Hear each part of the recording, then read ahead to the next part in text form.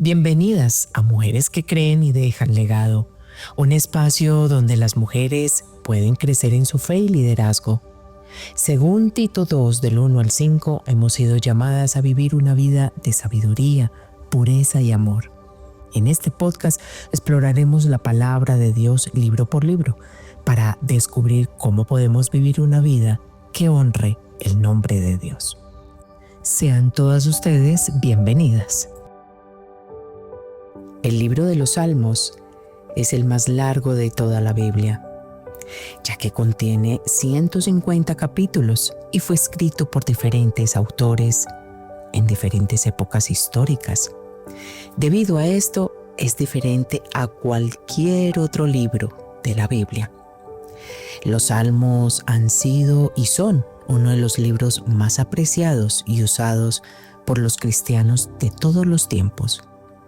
Ellos contienen sabiduría, profecía, doctrina y todo tipo de enseñanzas instructivas para los cristianos de hoy. Algo que los hace muy atractivos también es que están escritos en forma de poesía, lo cual hace que muchos puedan cantarse, alegrarnos el corazón aún dentro de nuestras congregaciones. Y también nos queda mucho más fácil memorizarlos de una manera más fácil. Los salmos fueron escritos por diferentes autores en diferentes épocas históricas. Debido a esto, es diferente a cualquier otro libro de la Biblia. Así que la manera en que leemos un salmo no es igual a la manera en que leemos una carta de Pablo o una narrativa en los evangelios. Necesitamos tener las herramientas adecuadas para poderlos leer, por supuesto entenderlos y aplicarlos genuinamente a nuestra vida. Los salmos son una colección de poemas y cánticos que han sido esenciales en la vida de los creyentes a lo largo de toda la historia. Este libro fascinante forma parte de la Biblia y tiene un impacto profundo en la fe de los cristianos. Por supuesto, en la actualidad es algo maravilloso. ¿Por qué? Porque nos ofrece consuelo, porque nos dan enseñanza y una conexión con Dios extraordinaria. Es importante entender que los salmos, por supuesto, a diferencia de otros textos bíblicos como las cartas de Pablo o los relatos de los evangelios, como les decía, tienen un enfoque particular para su lectura y comprensión. Por ejemplo, hay que destacar que el libro de los Salmos es el más extenso de la Biblia. Su formato poético los hace más accesibles, lo que facilita la memorización y la capacidad de ser cantados en nuestra intimidad, como lo decía al comienzo. Es útil clasificar los salmos. ¿Saben por qué? Porque es mucho más fácil la interpretación. Una manera simple de hacerlo es a través de los siguientes grupos. Hay salmos que son de lamento. Estos salmos expresan el dolor y la angustia, proporcionando un espacio para los creyentes que viven sus luchas, que pasan por diferentes sufrimientos, que hay situaciones y momentos difíciles en el corazón, y aquellos salmos nos ayudan, porque vamos a encontrar entre ellos salmos de lamento individuales, pero también colectivos, que suman más de 60 en total. Dentro de los salmos individuales está el 42, el 71, el 88, y entre los colectivos tenemos el 12, el 44 y el 94. Este es el grupo más grande e incluye más de 60 salmos. Los elementos de un salmo de lamento pueden incluir a quién va dirigido el salmo, la causa del lamento, muestra de confianza, peticiones de liberación, seguridad en que Dios obrará y alabanza por la gracia de Dios. Están también los salmos de acción de gracias. Estos salmos tienen la función opuesta a los del grupo anterior. ¿Por qué? Porque en ella encontramos gozo y gratitud por lo que Dios ha hecho, está haciendo y hará por su pueblo. Algunos de estos salmos son el 65, el 67, el 75, el 107, el 116, el 118, el 138. Los elementos que podemos encontrar en este tipo de salmos son introducción, la causa por la cual la intervención divina es necesaria, petición por liberación, el autor vuelve a pedir por liberación y también encontramos testimonio. El autor alaba a Dios por su misericordia. También están los salmos de celebración y afirmación. Estos salmos se enfocan en aspectos de las promesas de Dios a su pueblo, como la renovación del pacto y el reinado. Y son muy conocidos también como salmos reales. Incluyen el Salmo 2, 18, 20, el Salmo 21, 45, 72 y 101. Están los himnos de alabanza que se enfocan en Dios y en sus obras hechas a favor de su pueblo. Estos incluyen el Salmo 8, 33, 66 y 104. Por supuesto, hay muchos más. Sus elementos fundamentales también tienen que ver con la introducción, motivo de alabanza y recapitulación. Tenemos los salmos de la historia de la salvación, que narran cómo Dios ha preservado a su pueblo a lo largo de la historia, fomentando el agradecimiento y la admiración. También tenemos salmos de sabiduría, que reflejan principios de vida, contrastando entre lo justo y lo malo y enfatizando la importancia del temor a Dios. Hay salmos maravillosos como los que contienen canciones de confianza y hablan sobre la fe en Dios en situaciones adversas, mostrando cómo los creyentes pueden apoyarse en Él en todo momento, sobre todo en aquellos de dificultad. La poesía hebrea utilizada en los salmos es diferente a la poesía moderna. Generalmente la poesía contemporánea emplea rima para crear un ritmo agradable, mientras que la poesía hebrea utiliza otros recursos literarios muy importantes.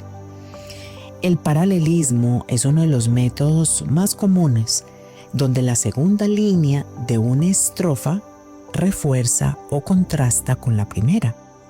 También se utilizan imágenes figurativas que, aunque no deben tomarse de manera literal, enriquecen el texto y ayudan a transmitir un mensaje mucho más profundo.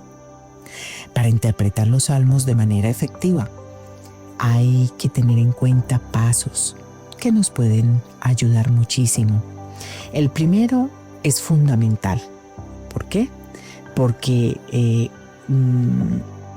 tiene que ver con tener a la mano una traducción de la Biblia que presente el texto poético de forma clara. Ustedes y yo podemos notar que los salmos están organizados con espacios que indican las distintas estrofas y, por supuesto, esto nos facilita su análisis. El primer paso es identificar y resumir cada estrofa. Cada estrofa aborda una idea central y cuando tenemos la oportunidad de resumirla podemos captar su esencia. Luego es crucial entender la idea principal del salmo. Esto implica ver cómo las distintas partes del salmo se relacionan entre sí y buscan conexiones o contrastes entre las estrofas. No hay que olvidar considerar el contexto en el cual se escribió el Salmo. Algunos proporcionan información acerca de las circunstancias, lo que puede arrojar una luz sobre su significado y mucho más fácil su aplicación hoy en día. Además, es importante tener en mente el mensaje general del libro de los Salmos. Este libro se divide en 5 secciones y sigue un movimiento que va desde la introducción y la obediencia a la ley de Dios hasta la celebración y la confianza en su obra soberana. También es muy importante relacionar los salmos con Jesucristo, ya que muchos de ellos prefiguran su vida, pero también su ministerio. Jesús mismo utilizó estos salmos para explicar cómo se cumplían las escrituras en él. Les invito a que podamos buscar e intencionalmente disponer nuestro corazón para entender cómo cada salmo se vincula con el plan redentor de Dios a través de Jesucristo. Cómo estos textos ofrecen respuesta a nuestras necesidades, pero también nos invitan, nos inspiran a alabar su grandeza, quién es Él y el poder de su fuerza. La lectura de los salmos no solo es un ejercicio intelectual, sino un maravilloso viaje espiritual.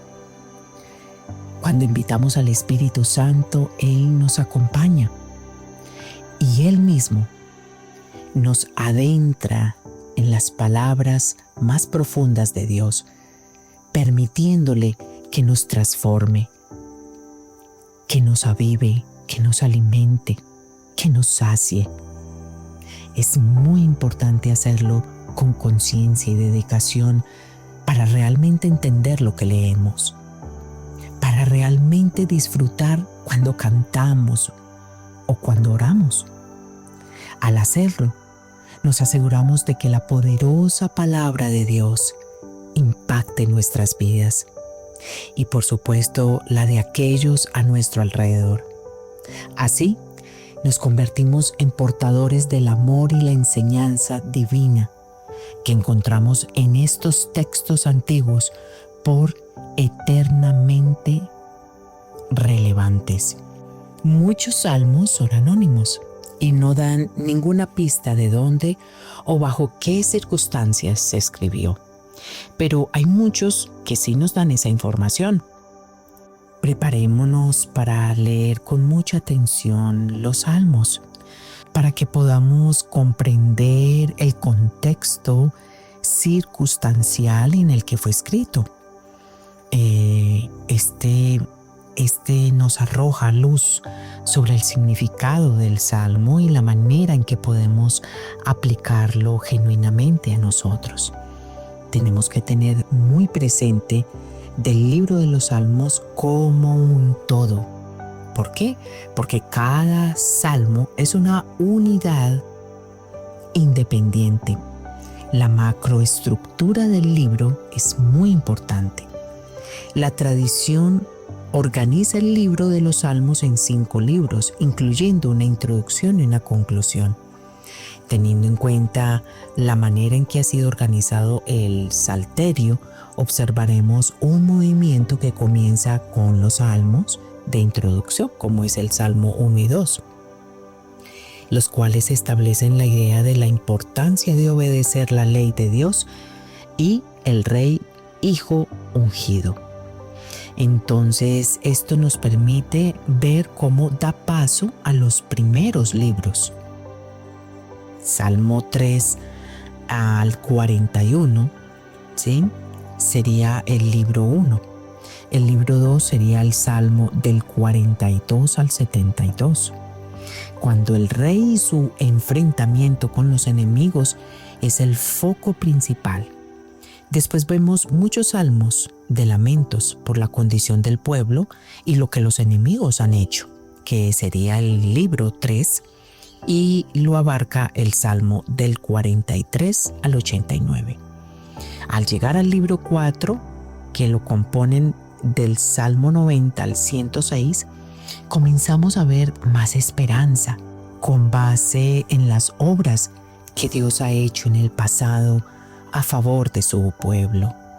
En el quinto y último libro, que abarcan los salmos desde el 107 al 145, vemos que la confianza es evidente y se regresa al tema del rey admirado, David.